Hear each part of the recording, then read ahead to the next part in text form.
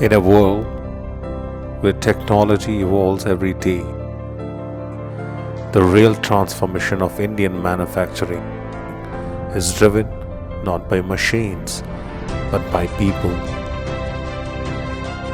People who carry purpose, conviction, and a commitment to build a stronger and smarter Bharat.